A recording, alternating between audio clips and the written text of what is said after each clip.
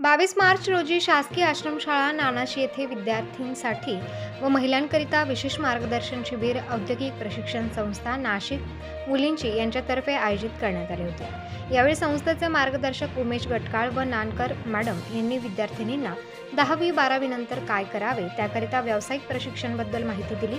या संस्थेतर्फे विद्यार्थिनींना dress making, fashion designing and technology, interior design and decoration, cosmetology, hair and skin care, आरेखक, यांत्रिकी, पेंटर, डिजिटल फोटोग्राफर या कोर्सबद्दल मार्गदर्शन करण्यात आले। यावेळी जोशी मॅडम, काळे मॅडम, ननाशी आश्रमशाळेचे मुख्याध्यापक चौधरी सर यांनी मार्गदर्शन केले आहे। या शिबिरात शासकीय आश्रमशाळा गांडोळे, कोचरगाव, आंबेपाडा, नानाशी येथील विद्यार्थिनींनी, शिक्षक, कर्मचारी, पोलीस पाटील, शंकर तुंगार आदी मान्यवर उपस्थित होते। प्रबंधभूमी महाराष्ट्रासाठी मनोहर भोये,